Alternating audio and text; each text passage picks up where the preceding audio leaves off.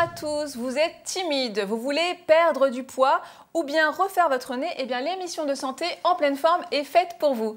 Avec moi 3 spécialistes, Philippe Vernois, spécialiste en hypnose et en PNL, Frédéric Châtaignier, psychothérapeute du comportement alimentaire et nutrithérapeute, et Dr Olivier, chirurgien esthétique. Bonjour à tous. Bonjour. Bonjour. Alors Olivier, c'est la première fois que vous êtes invité sur le plateau. J'espère que vous n'êtes pas trop timide. Si c'est le cas, Philippe Vernois va vous aider. Une question sur la timidité. Je suis timide et n'arrive pas à aller vers les filles. J'aimerais vaincre cette peur. Comment vous pouvez l'aider, Philippe? La timidité, c'est la représentation de soi. C'est notre image interne. On va aider la personne en l'aidant à rebâtir une image interne d'elle-même, en travaillant sur sa propre représentation. On n'est jamais dans notre représentation réelle. On est dans une image qu'on se construit, qu'on pense projeter à l'extérieur, et c'est cette image-là qu'on va aider le sujet, par la PNL, par l'hypnose aussi, à reconstruire.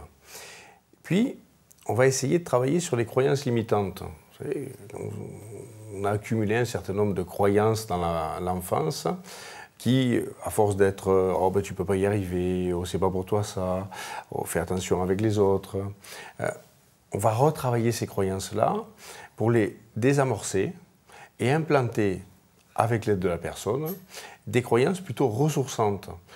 Tout le monde a des croyances ressourçantes en soi, tout le monde sait réaliser des choses, tout le monde a du courage, et on va travailler à ce niveau-là. On va venir rechercher dans la personne des actes plutôt positifs, plutôt courageux, qui vont montrer à la personne que sa timidité, dans certains contextes, elle s'exprime, et dans d'autres contextes, il a un savoir-faire. Vous travaillez sur la timidité dans votre cabinet ou vous le mettez en situation réelle de fou? On va travailler dans le cabinet, puis on va lui prescrire des tâches qui vont le mettre en situation réelle. Et Par exemple, quelles tâches? Des tâches d'aller à certains endroits, d'aller faire certaines choses dans des cafés, par exemple, d'aller à la rencontre des gens, de dépasser ses propres limites. Certaines limites sont vraiment très, très bloquées. Et on va leur demander d'aller à la rencontre des gens, d'aller des petits challenges. Parce que cette personne, elle veut rencontrer quelqu'un. C'est un homme qui veut rencontrer une fille. Qu'est-ce qu'on lui donne comme challenge? Déjà, d'aller en société, d'aller de lui-même s'immiscer dans des groupes. On va lui donner quelques techniques pour ça, on ne va pas le laisser désarmer là-dessus. On va lui donner quelques techniques de PNL qui vont lui permettre de pouvoir s'insérer vers des personnes qu'il ne connaît pas. Des techniques de drague, on dira, presque. En fait, vous êtes coach en séduction, c'est ça? C'est pas ça, mais c'est les mêmes techniques. Les mêmes techniques. On peut le dire là. Moi, je fais pas. J'enseigne pas la séduction. Il y a des gens qui font des cursus spécialisés là-dedans. Mais la technique qui est utilisée, ce sont des techniques de PNL, effectivement. Et on va donner quelques outils de ce registre-là pour que les tâches que l'on prescrit à la personne, il puisse les accomplir. Bien calibrer une tâche, c'est donner une tâche qui est bien dimensionnée et les outils qu'il faut pour les accomplir. Et on aura travaillé sur sa représentation interne, sur sa représentation mentale de lui-même. Du coup, il aura le courage d'y aller. Et comme il a les outils, ça va le rassurer. Et comme il a les outils, ça va fonctionner. D'accord. Ça marche très, très bien. Vous avez de bons résultats avec l'hypnose? Terriblement bien. Est-ce que vous pouvez passer d'une personne timide à une personne extravertie ou... Non, il va falloir un peu de temps. On peut le faire, mais pas en une fois. Il faudra un peu de temps. Il faudra que la personne réapprennent sa façon d'être.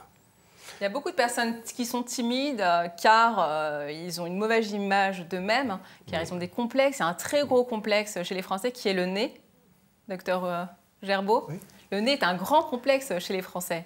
Oui, chez beaucoup de personnes, oui. En tout cas, une personne qui nous écrit « Je suis complexée par mon nez, j'ai décidé de le faire refaire ». Donc elle parle de rhinoplastie. Quelle est la meilleure technique? Quelles sont les techniques possibles de rhinoplastie? Il y a plein de techniques de rhinoplastie, selon qu'on passe par l'intérieur ou l'extérieur, selon qu'on, traditionnellement, on enlève de l'os et du cartilage, ou bien qu'on va structurer le nez de façon là beaucoup plus précise afin de contrôler exactement la forme des cartilages. Il y a une nouveauté en matière de rhinoplastie, c'est ce qui s'appelle la rhinosculpture ultrasonique, où là on va s'adresser à la partie osseuse du nez, donc c'est pour des gens qui ont des bosses, un nez qui est large, un nez qui est trop fort, de façon à là aussi remodeler de façon extrêmement précise et contrôler les os du nez. En quoi ça consiste exactement, cette rhinosculpture? En fait, ce sont des petits instruments alors que j'ai mis au point il y a 2 ans, qui sont, pour dire, la rhinoplastie, jusqu'à présent, on utilise des instruments qui existent depuis plus de 100 ans, qui sont des ostéotomes, des râpes, on utilise un marteau. Et bon, c'est agressif. C'est relativement agressif et ce n'est pas toujours parfaitement bien contrôlé, donc parfois on a des fractures pas là où on voudrait exactement. Là, on utilise des petits instruments qui sont pilotés par ultrasons. C'est un peu comme les brosses à dents. Vous avez des brosses à dents normales, mécaniques, vous allez vous brosser les dents, et des brosses à dents électriques, vous appuyez sur un petit bouton, vous avez des petits mouvements très fins de la tête de la brosse à dents, mais c'est exactement la même chose appliquée au nez. J'ai juste mis au point différentes scies, différentes râpes, différentes fraises pour pouvoir remodeler ces os du nez. Et quels sont les avantages par rapport à une rhinoplastie Alors, traditionnelle? il y a plusieurs avantages. Les avantages majeurs, c'est que d'abord, c'est extrêmement précis. On peut voir parfaitement toute l'anatomie du nez, alors que les chirurgies osseuses se font jusqu'à présent à l'aveugle, pour différentes raisons qui sont un peu longues à développer ici, mais là on voit absolument tout. On contrôle exactement le trait de fracture, c'est à l'endroit où on va couper l'os, mais surtout, dans de nombreux cas, on n'est plus du tout obligé de casser les os. On peut juste les remodeler, alors que jusqu'à présent, dans la grande majorité des rhinoplasties, on était obligé de casser ces os. Donc on peut les remodeler de façon à leur donner la forme, les désépaissir et avoir l'aspect qu'on veut.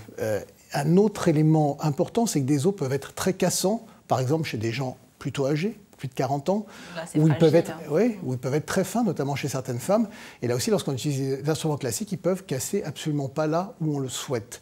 Et le dernier élément qui n'est pas le moindre, c'est qu'on n'est quasiment pas marqué après. On a un tout petit peu d'œdème, on n'a quasiment pas ces bleus qu'on a classiquement, ces cocards qu'on a après les rhinoplasties classiques. Donc on peut reprendre le travail 6 jours après l'intervention sans qu'on voit qu'on a eu une rhinoplastie. Et les inconvénients? L'inconvénient, c'est juste que c'est un peu plus long parce qu'on fait beaucoup plus de gestes, on est beaucoup plus précis dans tout ce qu'on fait. Donc la partie osseuse du nez qui durait une dizaine de minutes sur une rhinoplastie dure à peu près 2 fois plus de temps, mais on arrive à faire beaucoup plus de choses maintenant. Plus de temps pendant l'intervention. Exactement. Et puis le prix, hein, moi ça m'intéresse de savoir si c'est plus cher qu'une technique traditionnelle. Alors c'est pas plus cher, c'est juste une technologie supplémentaire qui permet d'être extrêmement précis et aussi précis sur les os qu'on est sur les cartilages, mais ça n'augmente pas du tout le prix d'une rhinoplastie. Un dernier conseil à cette personne qui veut se refaire le nez? Alors je crois que, vous savez, les rhinoplasties en matière de chirurgie esthétique sont les interventions les plus compliquées parce que chaque geste compte, a un impact sur l'aspect du nez, chaque millimètre est déterminant. Donc les conseils, c'est vraiment de voir des gens qui ont une grande habitude des rhinoplasties. D'aller voir un expert. D'aller voir un expert qui est aussi bien formé d'ailleurs en esthétique qu'en fonctionnel parce que le nez, ça sert aussi à respirer et il faut pouvoir respirer aussi bien ou mieux après une intervention. Exactement. On va rester dans cette zone-là, on va descendre juste d'un cran au niveau de la thyroïde. Il y a de nombreux Français et Françaises surtout qui ont un problème d'hypothyroïdie. Une personne nous écrit car elle aimerait savoir si hypothyroïdie et perdre du poids sont compatibles. Oui, et généralement, on nous dit qu'à partir du moment où on a une hypothyroïdie, alors c'est quoi l'hypothyroïdie? En fait, c'est un taux de TSH élevé, ça se voit sur les analyses. C'est l'hormone thyroïdienne, tout à fait, qui fait que cette thyroïde ne fonctionne pas correctement. Et lorsqu'elle ne fonctionne plus correctement, on a ce qu'on appelle notre métabolisme de base qui est abaissé. Donc la capacité à perdre du poids qui est abaissée également. Et c'est un vrai problème pour perdre du poids. Or, on a découvert que certains nutriments étaient indispensables pour le bon fonctionnement de la thyroïde. Donc déjà, dans notre alimentation, on va pouvoir sélectionner les aliments et les nutriments nécessaires à ce fonctionnement-là. On sait très bien, on connaît tous l'iode pour la thyroïde, mais c'est loin d'être le seul nutriment. On a besoin de vitamine D. Alors on sait aussi que 80% des Français sont carencés en vitamine D. Parce qu'il n'y a pas de soleil en France, très peu, en tout cas dans le Nord. Et même, il faudrait être au sud des Pyrénées pour en synthétiser correctement. Donc on a ce souci-là et on a un autre souci qui est intestinal, parce que la vitamine D, il faut qu'elle soit absorbée au niveau intestinal pour que la thyroïde puisse en profiter. Et puis il y a toutes les vitamines B également, de la B1 à la B12 qui sont indispensables, le fer, le zinc et le sélénium. Parce qu'on ne sait pas forcément. Le sélénium, les Français en manquent énormément aussi, c'est un antioxydant qu'on va trouver dans les fruits. Et donc, premier conseil qu'on peut donner, c'est changer son alimentation. Le matin, démarrer avec des fruits. Et surtout, éviter tout ce qui va être chou et soja. On ne va pas manger du chou le matin, mais dans l'alimentation générale, éviter ça qui empêche la thyroïde de fonctionner correctement. On va aller chercher donc des compléments alimentaires spécifiques sur 3 mois, le temps que l'alimentation pallie à ce déséquilibre, pour que justement cette thyroïde refonctionne correctement. Ce n'est pas une fatalité. On peut avec l'alimentation remonter un taux de au contraire, faire descendre le taux de TSH pour que la thyroïde fonctionne bien. On n'est pas obligé de passer sous les médicaments. Ça, c'est important de le dire parce que souvent, de jeunes personnes prennent des médicaments à vie à cause de ce phénomène. Et beaucoup de jeunes femmes ne savent pas qu'elles sont pas en hypothyroïdie, mais en faiblesse thyroïdienne, parce que justement, ça ne se voit pas sur les analyses. Elles s'ignorent. Elles s'ignorent, tout à fait. Il y a énormément de personnes qui ont ces troubles-là et ce sont celles qui peinent. Je dirais, elles essayent de se mettre au régime, mais elles peinent à perdre du poids. Donc c'est extrêmement important de remonter ce métabolisme de base pendant 3 mois avec des compléments alimentaires et puis changer d'alimentation.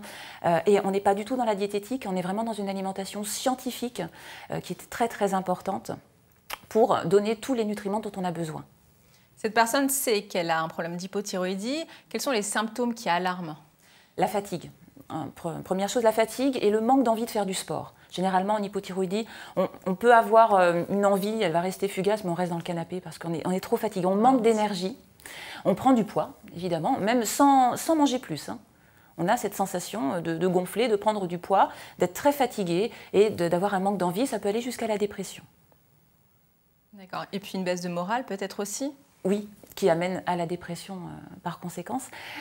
Oui, il y a cette sensation-là d'être mal dans sa peau, de ne pas arriver justement à perdre du poids en faisant des efforts. Et puis il y a cette procrastination, c'est-à-dire on remet tout au lendemain, on n'a vraiment rien envie de faire sur le moment et on se décourage. Et donc faire un régime dans ces conditions-là, c'est pas possible.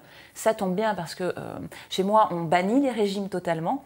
On va remanger, on va prendre le plaisir de manger des choses qui vont nourrir nos neuromédiateurs, qui vont nourrir nos hormones, donc on va apaiser le système nerveux et on va utiliser l'hypnose également pour traiter cet état de déprime sous-jacent. C'est très important là ce que vous venez de dire parce qu'il y a beaucoup de personnes qui pensent qu'elles sont en dépression, qu'elles n'ont pas le moral et lorsqu'on fait un bilan thyroïdien, on se rend compte qu'en fait elles ont simplement un problème de thyroïde. Tout à fait. Merci à tous pour vos avis d'experts. Merci à vous de nous avoir suivis. N'hésitez pas à nous poser toutes les questions que vous souhaitez sur www.enpleineforme.net. On y répond très rapidement. Au revoir.